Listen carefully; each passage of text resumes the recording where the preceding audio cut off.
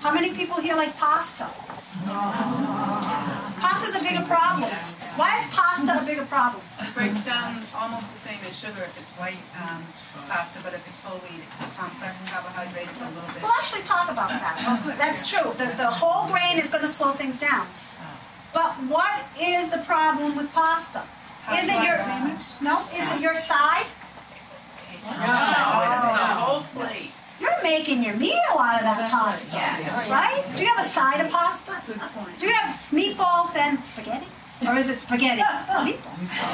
Right? So where the rice is your side, the pasta is your meal. 1/3 cup of cooked pasta is 1 serving. So 1 cup of pasta is 3 servings. For us women, we're like done for carbohydrates for that meal. So something else needs to be on this plate for that to work. Or else what are we going to do? We're going to overeat the pasta. So when it comes to pasta and rices, you've got to really be careful about the portions. You can easily solve that by always having vegetables. That means when you go to the market, what are you going to pick up? Vegetables. Frozen, fresh, and canned. Canned are for emergencies only. We rinse them off. We use them. And check dates. Because Yep. Make sure that's a good point. if you don't check Yeah. dates. Now we talked about the white versus the wheat. Okay? You know, the whole grain, white, whole grain. What's the difference between white and wheat? The speed in which the blood sugar rises. White bread, wheat bread.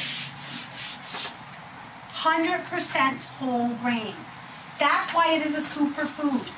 It slows down the way the body digests it. So rather than your blood sugar rising quickly, your blood sugar rises slowly. Now what does that mean if you have diabetes? You're not going to get a charge of insulin. Yeah, you're not going to get a rise in your blood sugar like you would if you were having the whole grain. So when that happens, you do get a charge of insulin when your blood sugar rises like this. So you get more insulin to move the load. And sometimes you don't make enough and you'll have a high blood sugar. Because remember, your pancreas is tired. It can't make everything all at once sometimes. Give it to it a little bit slowly and it can handle it. But you don't have diabetes. But you're at risk or you're trying to lose weight. Can you use up all this energy all at one time? No. No. So where's it going to go?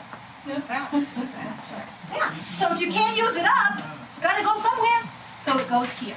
So using whole grains also help lower your weight. So looking for whole grain products as much as you can. Everything at home should be whole grain. Whole grain pastas, whole grain crackers. Is it easy sometimes to find whole grain? No. What are you looking for when you're looking at that label? At Stop and Shop, they have the little tags. A lot of the stores, they have the healthy heart ones. And Yeah. that makes it easier. Yeah. So the healthy heart You ones. still have to look at the label. Yeah. Absolutely. And so when you look at the label and you're wondering if this is 100% whole, where are you looking? It has to be the first item.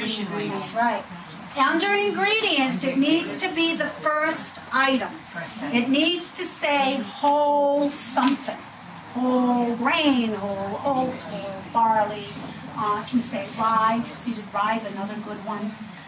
But it needs to be a whole grain. Same thing with pasta. Same thing with crackers. How many of us go and there's the whole grain cracker at Pillsbury. And I look at the back and it says enriched flour. That is not whole grain. Okay? It needs to say whole. But I find that it is easier to find products today compared to even 5 years ago with the whole grains. But look for that when you're looking to choose. That is all about quality. Remember, it's quality and it's quantity. You want the right quantity, so 1 cup of pasta is 1 cup of pasta, whether it's whole grain or whether it's white. It's the same. But the quality is very different. Okay, so you're trying to go with quality. Does that make sense about the grains and why it's so important? Okay, good. This spike here is important also when we talk about fruit. Fruit's fabulous, right? Sometimes I see doctors and they tell their patients, don't eat fruit. And I get a little tinge irritated Because what does that leave you to eat if you can't eat fruit? I have doctors who tell patients they can't drink milk. So you can't eat fruit and you can't drink milk. So what do you have for a snack? What do you have? Grain, and more grain, right? And so you're looking for 100%, those 100%, the chips, those 100% calorie things, the fiber bars, because you need to eat something. And so you look for those things so that you don't eat the fruit. And I go, okay, I don't get it. Fruit is really good, but it's really important, especially if you have diabetes, to be careful about the quantity. It is all about the quantity. Look at the list I gave you and look at some of the serving sizes on that fruit. I use my hand as a guide. It's on, it says, yeah, there's a did I even pass it on? Nobody does these? No. Yeah, those are the ones. Oh, sorry about that. The food was different. No wonder nobody knew the rice.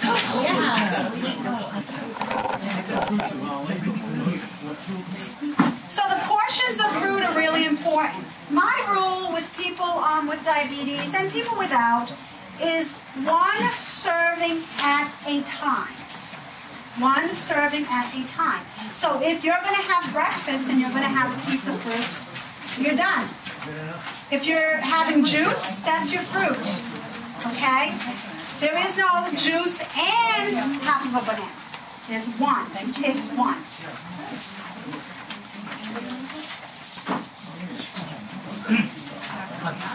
Fruit and juice versus the whole fruit is the best choice. Because of the fiber. Because of the fiber. So it goes all about the spiking and the degree. The raisins are another one that's spike. Yeah, it goes up. But look at some of these portions. They're really small. And so, yes, you can have fruit, but it's 1 serving at a time. Now, I have patients who come and they say, oh, I can have 3 servings for a meal. And so I say, what'd you have for lunch yesterday? I had a pear and a banana, and you just have 3 servings of fruit all at one time. What does that mean? Well, that means this is 1 serving, this is 2 servings, this is 3. It just spikes up higher and higher. And so you want to make sure that you're having a small amount of fruit and call that your serving. Now you're looking for 2 to 3 servings in a day, but remember those servings are small. What's the serving of raisins? Yeah, they're small. Think about what raisins are. Raisins are grapes. 2 tablespoons, right? Yeah, you take a handful of grapes. They're dried up. You take a handful of grapes and you've got about 10, maybe 15, depending on the size of the hand. And I love the guys because they go, yeah, well, my hand's a lot bigger. Yeah, and you're probably a lot taller. And you're going to need more grapes than me, right? Absolutely. So the hand's a really good guide because if you're little, you're going to have a small hand. We will need less anyway. Have someone else grab a handful. Well, the guys are funny. You know what I tell them? Who does the shopping? And he goes, I'm going to be doing the shopping for your wife. It's the little wife that does the shopping. So watch your portions. That's what's important about all of this. You know, people with diabetes can eat anything. But you're trying to choose the healthier stuff. You're trying to choose the right quantities. Now, I had a lady who has a chocolate addiction. She loves chocolate. I love chocolate. Who doesn't love chocolate? Is this so that you'll never have chocolate again for the rest of your life? No. But you know what? What do you need to be filling with your tank mostly? Super premium unleaded. A little bit of regular is not going to do any damage. It's when you're having that often. So if you think of it that way and you're having in moderation, you can work it in. If you look at your list and a cupcake will tell you 2 servings of carbohydrates for a cupcake. You get 3 servings per meal. Unfrosted or frosted? I think it's frosted is 2 servings. It's on one of those. Huh? What's that? Oh, that's frosted. Oh, easy on the frost. Tiny baby ones, and then they have the huge Actually, the little baby ones, at least you get the serving, you get to see what it is on the label. Because the problem becomes when you don't have a label. When you have a label, it'll tell you how many carbs. We're going to talk about that next week. But we're going to tell you how many carbs. There's 15 grams of carbohydrates in a serving. So the label's going to kind of give you how many carbs are there, so you can kind of figure it out. But it's your daughter's birthday, and they made cupcakes, and you're having one. That's 2 servings. How much does that leave you for the meal? 1. So how do you want to do it? Maybe this is the time to have the chicken and the veggies and the salad and skip the starch, because you're going to have that cupcake. So can you work it in? Yeah. Now, do you want to do that all the time? Yeah, I would. Why don't you want to do it all the time? What does that cupcake give you? Nothing. Joy, pleasure. Joy and pleasure. It gives you joy and pleasure, that it does. My reason to live. Now, you actually bring up another point. What is the reason that you're eating? Is it for Maintain joy? life. It's supposed to be to maintain your physical Yeah, self. it's to give you energy. Yeah. But if you're using it for other things, you have to be aware of that. Right. Because sometimes making change, easier said than done, isn't it? Because we make decisions not about gas and car. We make decisions based on other things. How food is used in your family. My mom, food is love and joy and comfort. And so everything is surrounded by food. And so it makes it really hard for me to maintain some of the changes that I've wanted to make because of that. So you have to recognize that if food is a really strong comfort for you, recognize that. Be aware of that, because you're going to work with it. You can't change that sometimes, but you can be aware of it. Okay? So next week, what we're going to focus on, I introduced the carbohydrates. I gave you a short list, just for you to kind of look over and get a sense of what some of these portions are. But next week, Laurie's going to focus on nutrition. So she's going to focus on carb counting. We're going to talk about cholesterol. We're going to talk about sodium. We're going to talk about fats. We're going to talk about putting the meals together so that you have an idea when you open up the fridge tonight how to go about putting that in. The number one thing I hear the most, I think, from people who have diabetes especially, is I don't know what to eat. I don't know what to eat. I just get frustrated because I don't know what to eat. What would you eat if you didn't have diabetes? And that's what I asked. What would you eat if you didn't have diabetes? And so, what would the answer be? If Friendlies, what else? Right, Burger King. So all of those things. Everything is convenient. Yes. So what is the problem with those things? They're high in saturated fat, right? So they're not healthy for you. It's not whether you have diabetes or not. I mean, they're not healthy for you. So you're looking to always make easier choices. Convenience is another big, strong reason why you make decisions that you make. So if you live alone, who wants to? And then they tell you, don't eat processed foods. Oh my God, processed foods, they're so bad for you. And they are. They cause increased cholesterol, increase your cholesterol and your blood pressure. They're really not good for you. Who wants to bake a chicken every other day? You live by yourself. Who wants to make meals that have potato and starch and meat? It makes it really difficult. So there are alternatives to that, and we can talk about some of what those are as well.